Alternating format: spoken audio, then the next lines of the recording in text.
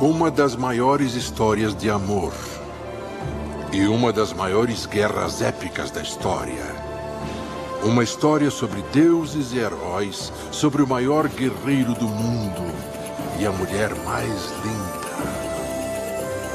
É a história do cavalo de Troia e 1000 navios. Mas quanto disto é verdade? A guerra de Troia realmente aconteceu? E que segredos se escondem sob essas colinas, a oeste da Turquia? Essa poderia ser a cidade perdida de Troia? É uma história moderna de detetive que encerra um antigo mistério. A história por trás do épico. Uma história de ouro roubado, esqueletos enterrados e impérios despedaçados, que pode ser mais fantástica do que Homero poderia imaginar.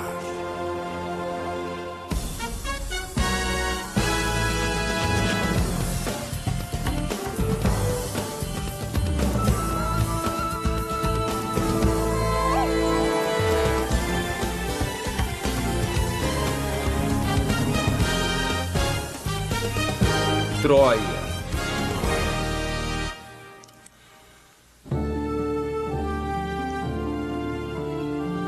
Esse tesouro de ouro tem cerca de 4.500 anos. E tem também uma história estranha, que leva a uma civilização perdida conhecida como Troia. Esse ouro foi roubado, escondido, ganho numa batalha, perdido de novo. Nações brigaram por ele. Impérios caíram por ele. Abril de 1945. Estes artefatos de ouro, contendo mais de 10.000 peças, estão em um museu de Berlim. Mas o Exército Vermelho da Rússia avança na capital nazista. A cidade está em pânico.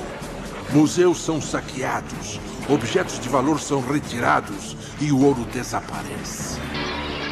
O que aconteceu com ele? Durante anos pensou-se que havia sido derretido, perdido para sempre. Mas não estava perdido, estava escondido. Ninguém sabe exatamente como, mas em um momento naquele verão, o ouro foi carregado em caminhões e levado para fora de uma Berlim devastada. Foi para o leste, no coração da União Soviética de Stalin. Em segredo, o ouro chegou aqui, ao Museu Pushkin, em Moscou. Mas não era para ser exposto. Ele foi trancado no porão por 50 anos, até que outro império caiu. Agora, o Império Soviético. Em 1993, os russos admitiram que esconderam o ouro.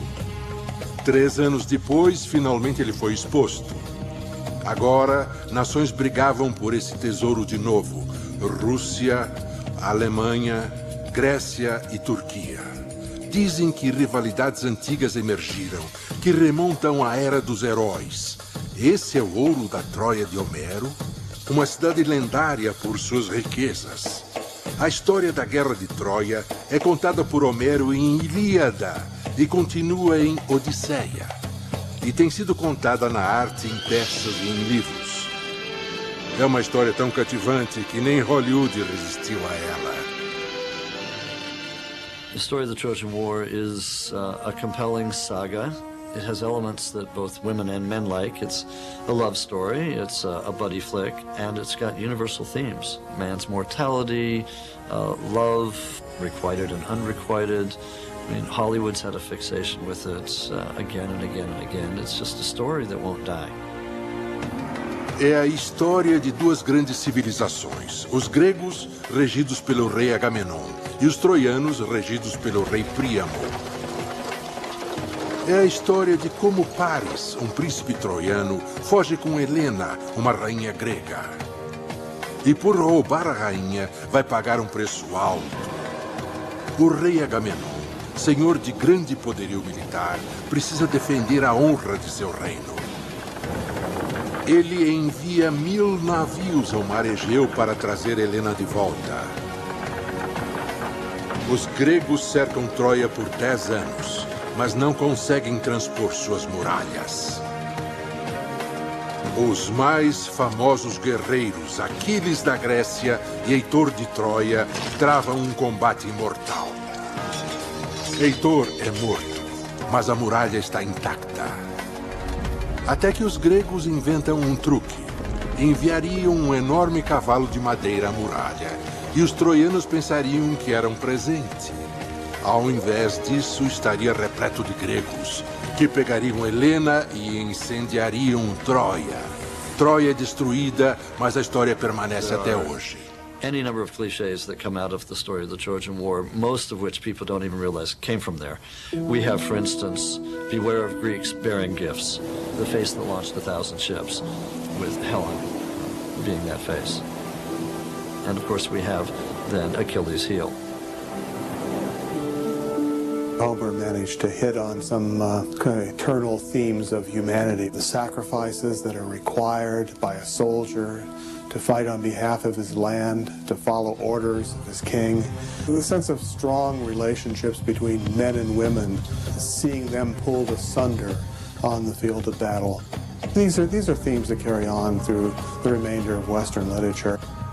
Essa história existe há 3.000 anos, mas é verdadeira.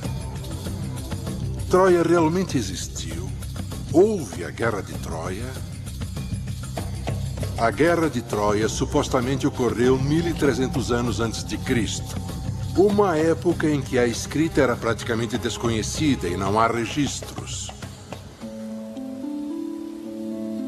Levou 400 anos para que as histórias de Troia fossem escritas nos livros chamados Ilíada e Odisseia. Não fazem parte da história.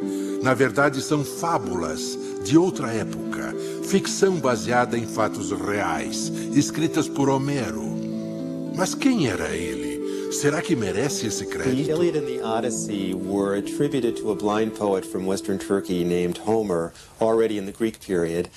But recent research has shown that we're not necessarily justified in linking the two epics to a man named Homer, nor are we necessarily justified in assuming that he was blind. Some people have suggested that it's not a person, that Homer is a profession, that one is a Homer. Seja quem for Homero, sua história pode ser rastreada por pistas para que encontremos a verdade por trás da guerra épica entre Grécia e Troia. A história começa no final da Idade de Bronze, há mais de 3.000 anos.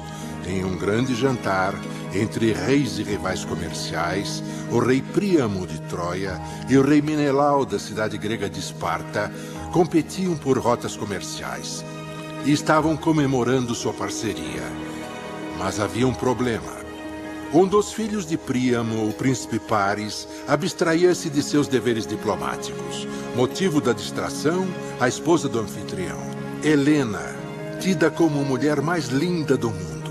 Mas o rei Menelau não nota o interesse de Paris. Menelaus, who's apparently not the brightest of bulbs, goes off and leaves Paris and Helen alone. Menelaus goes off to Crete on a business trip. And while the cat's away, the mice play. Helena e Paris se olham e se apaixonam. E começam um romance ilícito. Paris leva Helena com ele para Troia. Now, there are two versions. The Greek version said that Helen had been kidnapped and had been taken away. The Trojan version said that Helen had actually fallen in love with Paris and had left voluntarily. Either way, Helen winds up back at Troy. When Menelaus comes back, he finds his wife is gone. Em qualquer época, sequestrar uma rainha é um insulto. No século 13 a.C. era um ato de guerra.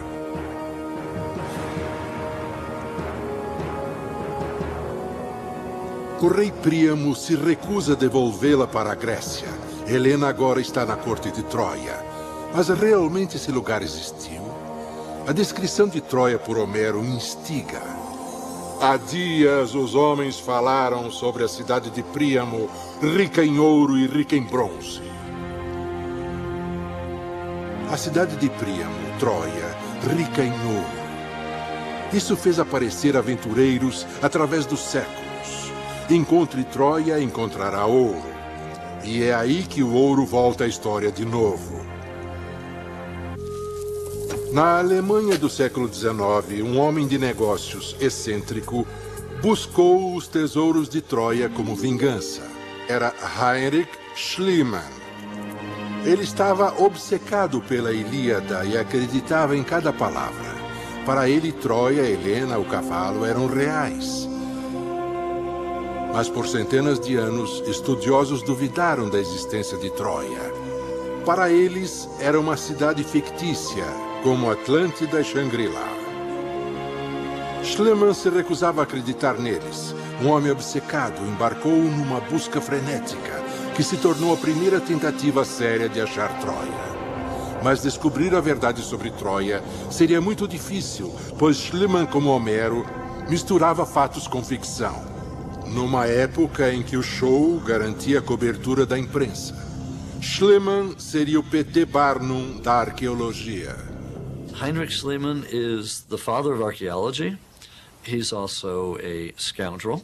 He is almost completely untrustworthy in terms of his personal life, his private life, and therefore one wonders how much we can trust him in terms of his professional life. He's not really a man you would have wanted to invite home to dinner. And at the very least, if you did, you would take his stories with the proverbial grain of salt, if not the whole shaker. Schliemann estava determinado a achar provas da Guerra de Troia e se tornar famoso. Mas antes ele tinha que ficar rico. Começando pela Rússia, ele vendeu armas para os dois lados na Guerra da Crimeia. Para financiar sua busca, ele se voltou para o ouro. Em 1849, havia só um lugar onde procurá-lo. Then went to California in the 1849 gold rush. He was a 49er, but he didn't get his hands dirty. Instead of mining for the gold, he was a go-between, buying the gold dust and the nuggets from the miners and selling them to the banks. Apparently he had his thumb on the scale. And so he was nearly run out of town. Com sua nova riqueza, era tempo de procurar por Troia. Mas antes disso, o excêntrico Schliemann precisava de sua Helena. He engineered a divorce. He then wrote to the head of the Greek Orthodox Church in Athens and said, I want to come to Greece and I want you to find me a Greek wife. Das entrevistas surgiu Sofia Ingastromenos, de 17 anos. Grega, jovem e linda, ela se tornou a senhora Schliemann. Ele tinha encontrado a sua Helena, agora deveria encontrar Troia. A única pergunta, onde? Os textos de Homero são como o mapa do tesouro, cheios de pequenas pistas. Ele descreve Troia como um lugar de ventos, cheio de carvalhos, no limite do antigo Helesponto. Isso fez Schliemann ir para o nordeste da Turquia em 1868, onde parece estar o túmulo de Aquiles, bem perto da cidade de Beziktepe, na costa do Egeu. Se acreditar em Homero, Troia deve estar perto. Schliemann aproxima-se de um homem que sabe como revelar o mistério. Ele era Frank Calvert, um diplomata e arqueólogo amador. Frank Calvert said to him, you know, on my land there is a site named Hisarlik, and I've been excavating there. I believe it's Troy. Why don't you come and take a look and dig, and if it's Troy, we can work something out. É um descampado com muito pouca coisa para se ver, com cerca de 200 metros por 145 metros, encravado na costa anatoliana da Turquia. Calvert convenceu Schliemann de que esse lugar, longe de tudo, foi outrora a civilização cosmopolita de Troia.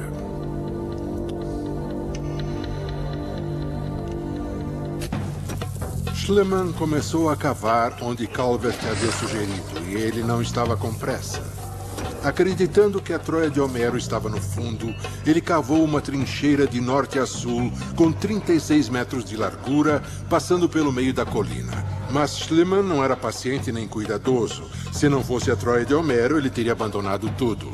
If one had to describe in a nutshell how Schliemann dug at Troy, it would be very easy to describe. He dug badly. At the time in which Schliemann began his work, archaeology was really a very new discipline. We think of it as a very old one, but in fact, in the second half of the 19th century, it was quite new. Schliemann had no formal training in archaeology at the point when he began his excavations, so he wasn't exactly sure how to go about it. Em 31 de maio de 1873, Schliemann descobriria tesouro. In his own words, Schliemann said, I came out one morning, the workmen were already excavating, and as I walked over, one workman was uncovering a huge chest, and I could see the glint of gold. And so I quickly announced that I had forgotten it was my birthday, Schliemann says, and I gave them the day off on the spot. After the workmen had left, I then called over my wife Sophie, and together we excavated this great chest and associated treasures. My wife gathered up the objects, the gold, the silver, the bronze, in her apron and carried them off back to the house, where we quickly collected them and cataloged them and wrote them up. Milhares de peças de ouro, pequenas e grandes. Schliemann disse que era o tesouro de Príamo, o rei de Troia, e que ele tinha levado anos tentando encontrar. Schliemann tinha prometido ao governo turco que não levaria o tesouro para fora do país. Então, para ele, só havia uma opção. Tinha que sair de fininho. Segundo Schliemann, uma noite ele e a esposa levaram o ouro de Troia em barco para sua pátria do coração, a Grécia. Unfortunately, we have a problem with this story. And the problem is very simple, that Sophie wasn't there. In Schliemann's own diaries, in other accounts, it turns out that his wife Sophie was in Athens the day that this treasure was reportedly discovered. So the whole story was made up. And in fact, Schliemann was confronted with this later. And he said rather sheepishly, yes, it's true, Sophie wasn't there. I inserted her into the story in order to try and get her more interested in what I do. E fica mais estranho. Com o ouro em mãos, Schliemann poderia completar a criação de sua própria Helena. After Schliemann smuggles the gold out of Turkey and back to Athens, one of the first things he does is dress his wife Sophie in all the gold and take a picture of this. It's not something you do. On the other hand, given the day and the age, who could have resisted? I mean, the gold is there, it's just him, it's just his wife, he puts it on, she looks gorgeous, it's a wonderful photograph. Who does it hurt? Well, you're not supposed to do that. Para Schliemann, o sonho de sua vida tinha se tornado realidade. Ou assim pensava ele. Com certeza era tesouro, mas não era o de Príamo. O assistente de Schliemann, Wilhelm Dorpfeld, viu que o ouro não era da época da Guerra de Troia, século 13 a.C. Na verdade, era muito mais antigo, mais de 1000 anos mais velho. Surpreendentemente, por acidente, Schliemann havia descoberto uma civilização perdida, datada de 3000 anos antes de Cristo, mais antiga do que se podia imaginar. Foi uma grande descoberta. Sem querer, Schliemann havia descoberto não uma Troia, mas 9, empilhadas umas sobre as outras, saqueadas ou destruídas. Os 9 níveis de Troia se distribuem por período de quase 4.500 anos. Schliemann found 9 cities, and he was then faced with the dilemma he hadn't expected. Which of the 9 cities was the city of the Trojan War? Em sua pressa em cavar, Schliemann havia destruído muito dessa civilização. A Troia de Homero, Troia sexta e sétima, estavam no nível do centro e não do fundo, onde Schliemann pensava que estivesse. Apesar da confusão e da destruição, Schliemann estabeleceu claramente a existência de Troia. A descoberta tornou-o famoso. Schliemann announced his results, deliberately forgetting to mention the name of Frank Calvert. Calvert's name was lost to history, and Schliemann claimed credit for finding Troy. Ele encontrou Troia, mas uma coisa o incomodava. Troia não era tão grande assim, e Schliemann não conseguia entender por que uma guerra tão grande fora travada por uma cidade tão pequena. Para provar que houve a Guerra de Troia, ele tinha que produzir uma Troia maior e mais poderosa. Uma que havia sido saqueada e incendiada. A trilha que Schliemann havia perseguido por tanto tempo acabou dando em nada. Então ele voltou sua atenção para a Ilíada de Homero, através do mar da antiga Grécia. Havia vários reinos no Peloponeso durante o final da Idade de Bronze. Mas todos eles se reportavam a um reino, Micenas, e a um rei, Agamenon. Foi o irmão de Agamenon, Menelau, que teve a esposa sequestrada, Helena. Ela ainda estava em Troia com seu amante Paris. Mas nesse insulto, Agamenon vê uma oportunidade. Ele chama os governantes sob sua tutela e recruta o apoio deles. A missão: recuperar Helena e saquear Troia, cidade rica em ouro.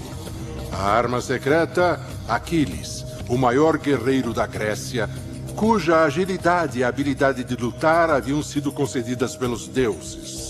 Com a maior fragata e o maior guerreiro, como poderia perder? King Agamemnon, with a head and face like Jove, the Lord of Thunder, a waist like Mars, and a chest like that of Neptune, stands peerless among the multitude of heroes. Agamenon, rei da grande cidade de Micenas. Esse seria o reino que colocou os gregos contra Troia. Em 1876, Schliemann foi ao lugar onde se pensava que Micenas tinha existido. People would have taken him right there and said, this was the home of Agamemnon, this was Mycenae. Entre essas ruínas, Schliemann começou a cavar de novo, esperando encontrar Agamenon e outra pista da guerra de Troia. Micenas, um lugar de riquezas e violência. Ao contrário de Troia, nunca se duvidou da existência de Micenas, mas ninguém havia escavado o lugar sistematicamente até a chegada de Schliemann. E o que ele descobriu aqui é espantoso. You go into the citadel of Mycenae, you go along a wall and you go through a gateway, and over top that gateway is a huge stone lintel block, and over top of that is a roughly triangular piece of stone which has a carving on it of two lion-like creatures facing each other with a column in between. Leões. Qual seria o significado? Nos tempos antigos, leões eram os guardiões simbólicos de construções da realeza. A Porta do Leão é uma das mais antigas esculturas da Europa. Para Schliemann, era a entrada da corte de Agamenon. Schliemann começou a escavar e encontrou um espaço circular semelhante a um lugar de reuniões ou uma praça. But when he began to excavate there, he found it wasn't a meeting place. It was a monumental area in which there were graves. Túmulos. Ao invés de uma praça, Schliemann havia achado um cemitério. And he found a number of deep shafts that had been cut down through the ground and into the bedrock. And at the bottom of each of those shafts was a rectangular chamber, which he found a great number of bodies. Schliemann cavou mais fundo, convencido de que acharia o corpo de Agamenon e desvendaria novos segredos sobre a guerra de Troia. In each grave were large quantities of very precious objects, of gold and silver, large quantities of exotic objects that had been brought to Mycenae.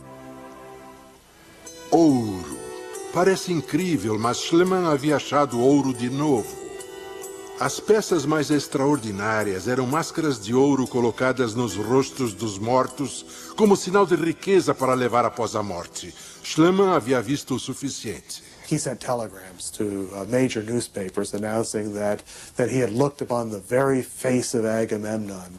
A imprensa europeia acreditou, mas Schliemann não deixava a verdade aparecer no meio de um bom conto.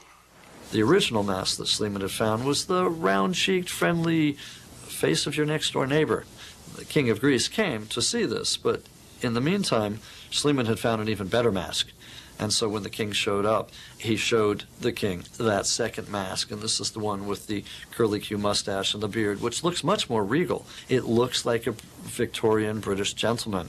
And so some people have suggested he took a golden mask and had a friend, a jeweler friend perhaps, actually add the beard and mustache to it. Talvez Schliemann alterasse o rosto de Agamenon. Mas não era Agamenon. Tinha 300 anos a mais. Schliemann, em sua busca pela Guerra de Troia, havia feito uma descoberta incrível por pura sorte. A máscara era de antes de Micenas, mas Schliemann ainda estava procurando a Micenas, que atingiu o apogeu na Ilíada de Homero. Nos anos seguintes, arqueologistas fariam uma ligação com Homero, um elmo com presas de javali que combinava com a descrição na Ilíada. And over his head he set a helmet made of leather. The gleaming teeth of a white-tusked boar ran round and round in rows stitched neat and tight. De repente, Homero é mais do que um poeta. Enfim, a mitologia e a arqueologia se uniram e a cidade de Agamenon entra em evidência. Como Troia, Micenas se tornou muito rica, dominando tudo em seu redor.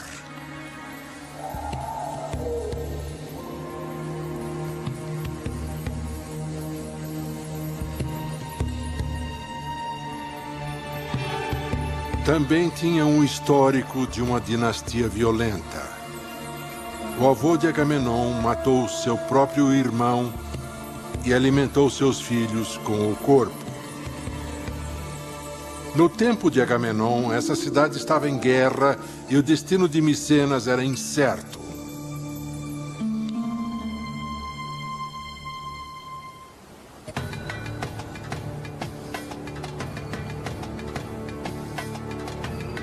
Quando a grande fragata preparava-se para partir, Agamenon, num gesto desesperado, sacrifica sua própria filha para que os deuses protegessem a viagem para Troia.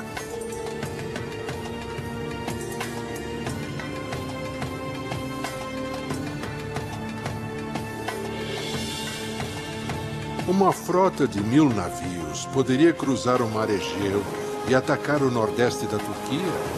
Se cruzou, como fez isso? 50 remadores em um navio atingiriam velocidade de até 8 nós? A distância entre Micenas e Troia era de 400 quilômetros, então a frota levaria 3 dias ou mais para atravessar o Mar Escuro. Se foram os deuses, o sacrifício de Agamenon ou a habilidade de seus homens deu certo. A fragata atravessou o Mar Egeu e chegou à costa da Turquia.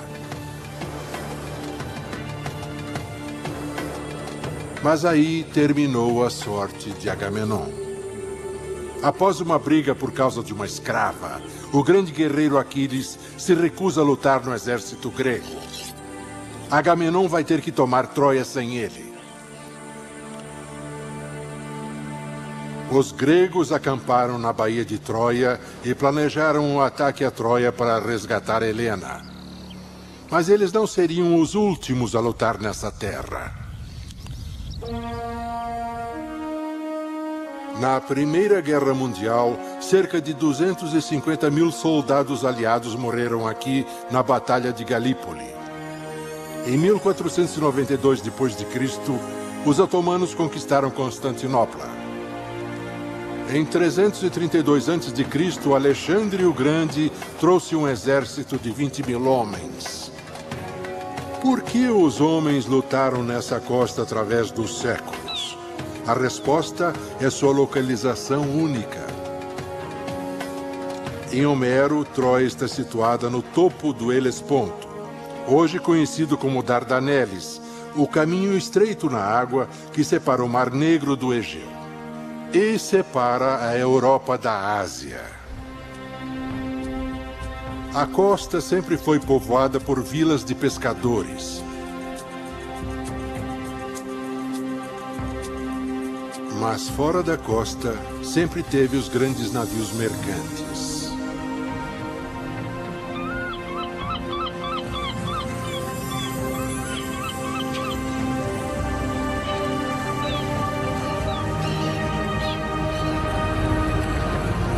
Muita da antiga riqueza mundial passou por essas águas estreitas. Se a Troia de Homero fosse aqui, seria um lugar de muito poder. Um vento nordeste ainda sopra aqui. É vento que ajudou a fazer a riqueza da cidade. The winds and the currents frequently were going the wrong way, and the sailors would have had to put in at the port for up to 6 weeks at a time. And Troy, the rulers of Troy, probably would have taxed those ships. Troia seria pedágio da Era de Bronze, e a riqueza aumentava.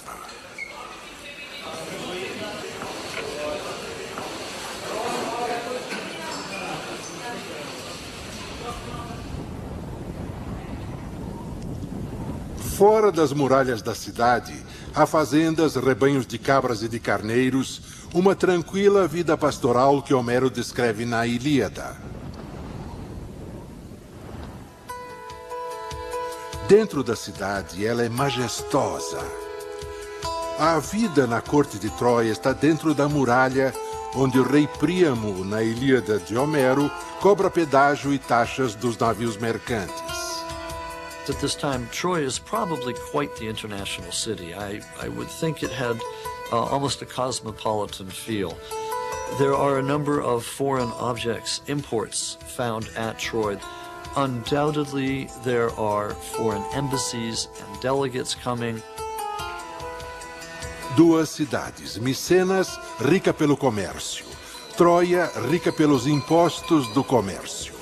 Essa rivalidade entre gregos e troianos seria motivo real para ver a Guerra de Troia?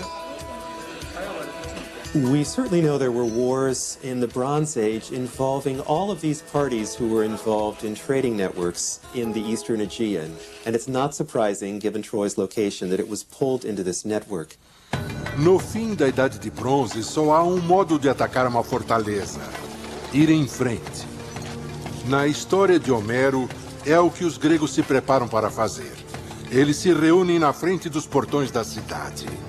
Mas Paris, temendo uma batalha sangrenta por sua mulher, se oferece para lutar em único combate com qualquer dos gregos. A proposta: se ele vencer, Helena fica em Troia. Se ele perder, ela volta para a Grécia. Menelau, marido de Helena, sedento por vingança, aceita o desafio.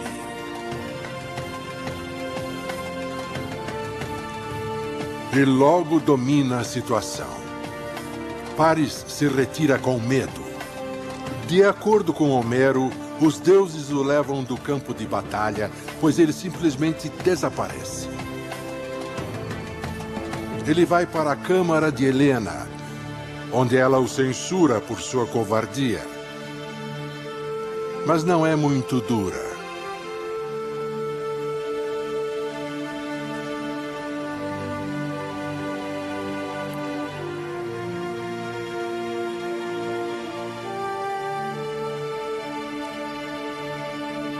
Covarde bonito cujo romance ameaça uma civilização. Houve mesmo príncipe Paris de Troia? Há provas de que existiu? Pistas contundentes vêm de pessoas que moravam a oeste de Troia. Os hititas, os primeiros no mundo a usar a palavra escrita. In those Hittite texts, we find reference to a king of Wilusa named Alexandros. Alexandros is another name for Paris, who of course was a prince of Troy. It looks as if there were conflicts in the late Bronze Age around Troy and in association with this king named Alexandros or Paris. Many have interpreted this as an indication of the kinds of wars that are described by Homer in the Iliad. E a Ilíada está apenas começando, pois o temido guerreiro Aquiles voltou à batalha após seu grande amigo ter sido morto pelo príncipe de Troia, Heitor.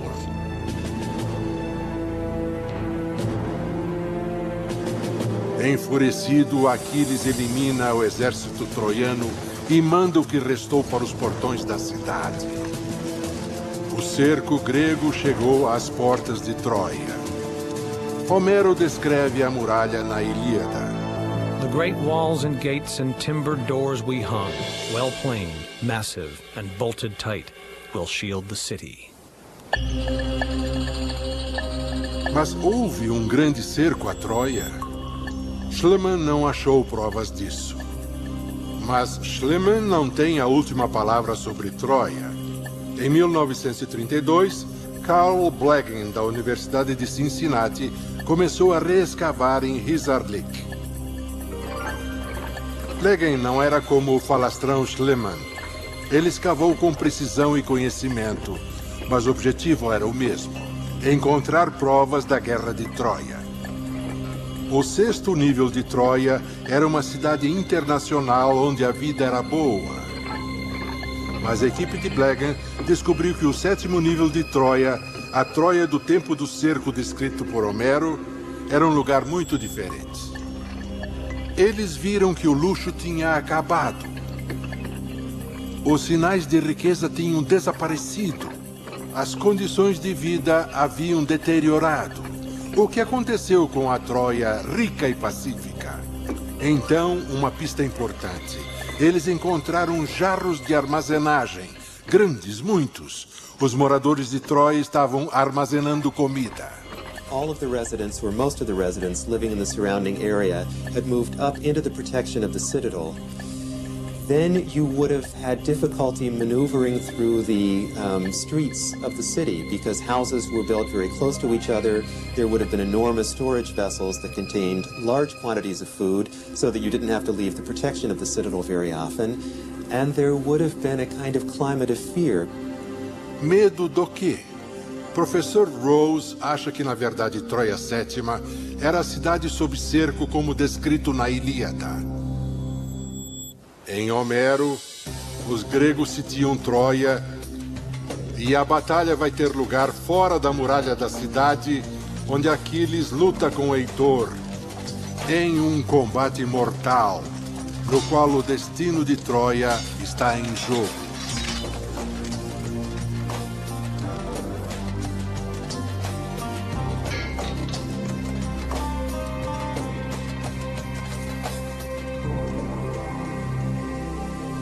Aquiles mata o príncipe de Troia, mas o pior está por vir. Ele amarra o corpo de Heitor à carruagem pelos pés e dá 3 voltas pela muralha, e os pais de Heitor, rei Príamo e rainha Écuba, assistem horrorizados. Poderia isso ter acontecido? Os comandantes aristocratas gregos lutaram contra seus opositores? De novo, os hititas deixam pistas.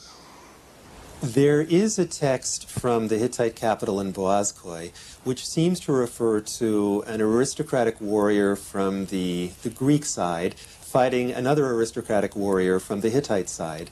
So you did have these face-offs in the late Bronze Age. Em Homero, Aquiles não é invencível. Como todos os mortais, ele tem uma fraqueza. No caso dele, o calcanhar. Uma flecha é disparada em seu calcanhar. Quem o mata é tido como covarde, Paris. Aquiles está morto. Mas temos provas de que ele viveu. Uma pequena pista no porto da cidade de Bezic Tepe.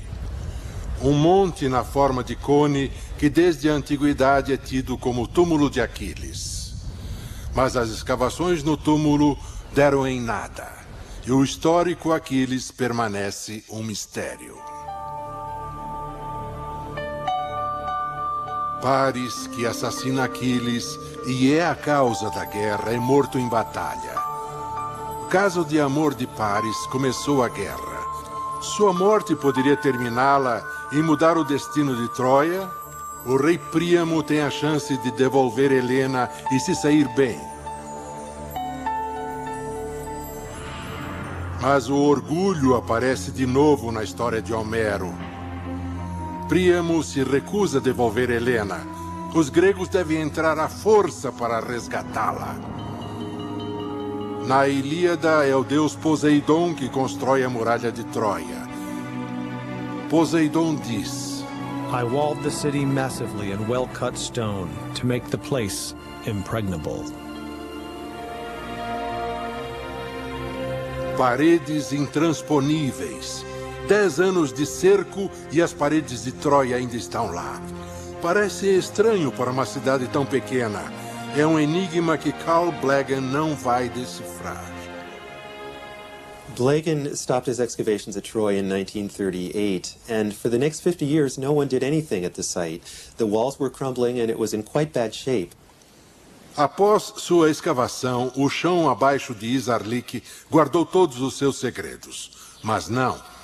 Em 1992, uma equipe da Universidade de Tübingen, na Alemanha, junto com uma equipe da Universidade de Cincinnati, decidiu cavar de novo. Desta vez com tecnologia de ponta como sonar, usado para pesquisar solos em busca de depósitos de petróleo. Mas não acharam petróleo, acharam rocha, que mudaria o nosso conceito de como a Guerra de Troia teria acontecido. What we found was that if one goes 400 meters to the south of the main citadel of Troy, so that's about 1,200 feet, there's a rock-cut ditch that surrounded the entire lower city of Troy in the Troy VI period. O perímetro de defesa está fora da muralha. Isso tornaria a Troia de Homero muito maior do que se pensava antes. De repente, Troia não era tão pequena. De repente, Troia tinha mais defesas. In order to attack the city, you would have had to have disembarked from your chariot, gone into and out of the ditch, all the while dodging arrows that were being shot at you by Trojans who were behind a wall not far in the distance. You then had to scale that wall, run through the lower city, that's 1,200 feet, and then you would have reached this enormous limestone fortification wall that surrounded the citadel. You had to get over that, and if you did that, all the while again dodging arrows that were raining down on you from Trojans on the other side, then you could sack the city. But with this dual system of defense, the settlement was nearly impregnable.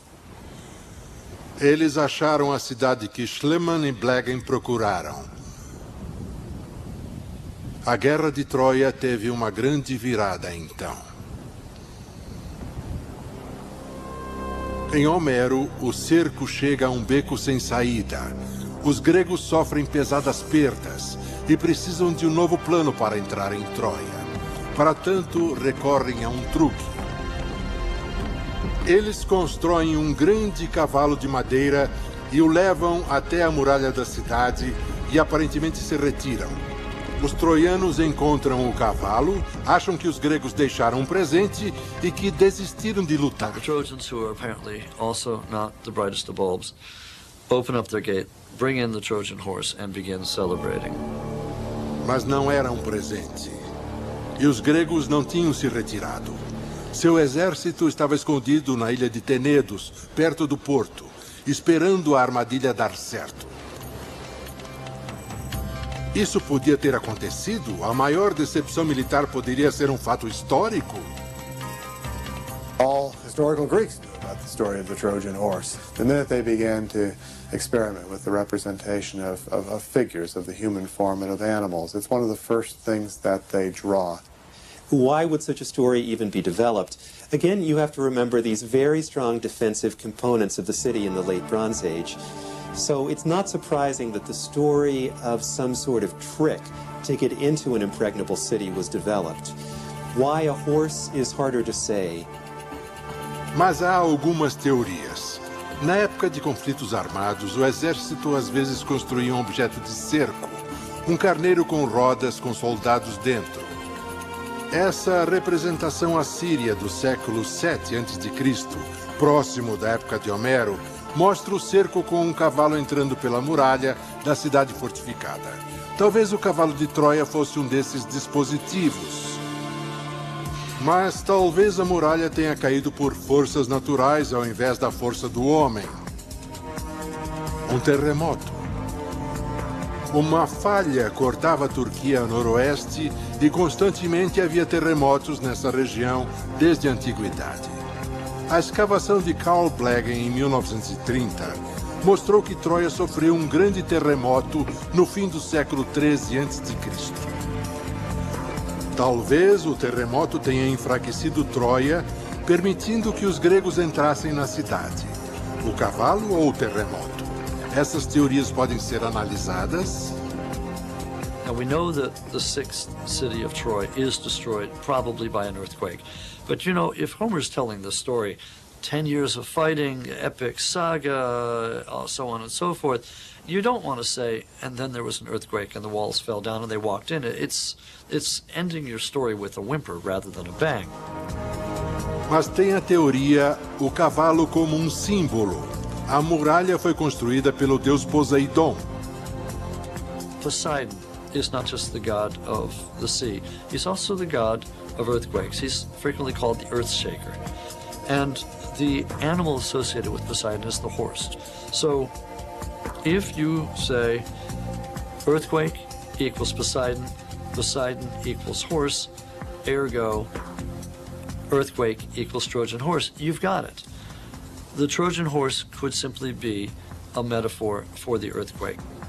Mas em Homero o cavalo é real e o truque dá certo. At about midnight, once the Trojans have had, shall we say, a bit too much to drink, and they've all gone to sleep, the Mycenaeans inside the horse open up the trap door, climb on down, kill the guards at the gate, and open up the gate.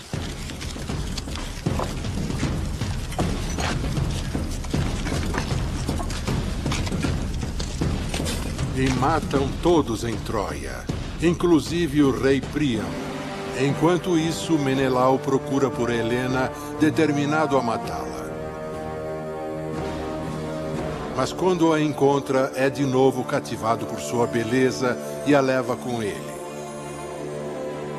Mais uma vez, a beleza de uma mulher tem um impacto profundo no destino dos personagens de Homero. Mas o que sabemos sobre Helena de Troia? Uma guerra épica de 10 anos entre gigantes comerciais teria acontecido por causa de uma linda mulher? The Greeks of historical antiquity loved to believe in a Helen of Troy. So for them, Helen of Troy was a very real human being. Now, did she exist? Got me. But certainly the role of women in prehistoric Greece, in the prehistoric Near East, in cementing alliances between kings, between empires, is really undeniable. Mas as mulheres eram sequestradas nos tempos de guerra, transportadas pelo mar Egeu, como os gregos dizem que fizeram com Helena? Esta pedra grega do século XIII a.C. não pôde ser decifrada até 1952. Oferece pistas importantes que levam a Homero. Dá uma lista de mulheres sequestradas na guerra, incluindo uma chamada Torojá, ou Mulher de Troia.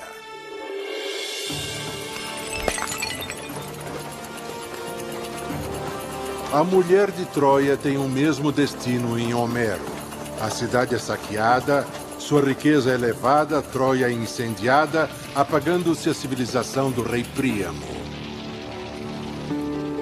Agora sabemos que Troia existiu e que foi destruída no século XIII a.C. Mas foi realmente incendiada? Se foi, por quem? Schliemann tinha provas e 45 anos após sua morte, Carl Blegen provaria isso. Entre as camadas da Troia de Homero, havia provas de que Troia foi incendiada. Mas muitas cidades se incendiaram na antiguidade. Como saberemos se Troia foi incendiada num ataque militar?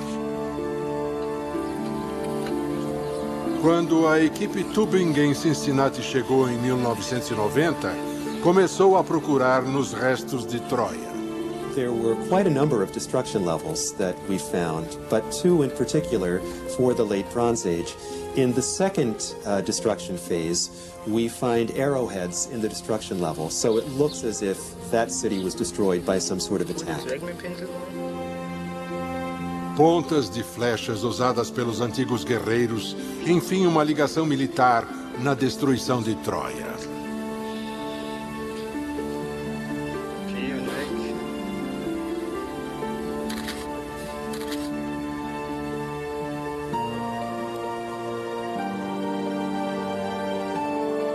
Schliemann provou que Troia existiu.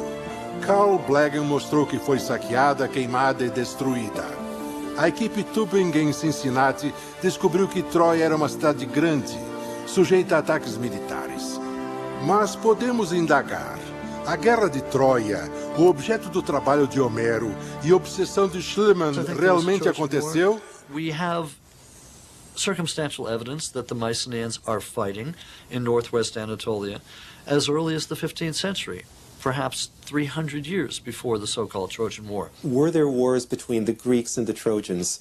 It certainly wouldn't be surprising because Troy is located in this border region where the Greeks and the Hittites continually sought control. And so Troy was an attractive target for both sides. Certainly there were wars. We have the archaeological evidence for it. Is it conceivable the Greeks were involved? Absolutely. Can we prove it? We can't yet. I often wonder if the Trojan War is a process rather than an event. Could Homer have telescoped 200 or even 300 years of warfare on the northwest Anatolian coast into one epic saga? Of course he could have. A queda de Troia foi o início do fim da Idade de Bronze. Micenas e demais reinos do Egeu seriam destruídos. A região ficaria 400 anos na escuridão. As cidades caíram, mas as histórias sobreviveram. As histórias épicas de Aquiles, Heitor, Helena e Paris, da Guerra de Troia, do Cavalo de Troia, o trágico colapso dos impérios sob a égide da vaidade e da ganância. O ouro de Schliemann foi removido. Estava sob a guarda otomana. Depois dos nazistas e dos soviéticos, todos caíram por sua vez. Tudo que Schliemann tocava parecia virar ouro, mas tudo tocado pelo ouro parecia virar pó. Mas a história da Guerra de Troia e da Ilíada de Homero ainda persistem. Através de milhares de anos, sociedades vêm e vão. Mas romances, amor, guerra e heróis vivem para sempre. Como Heitor disse na Ilíada: Let me at least not die without a struggle, inglorious, but having done some big thing first, for men to come to know of.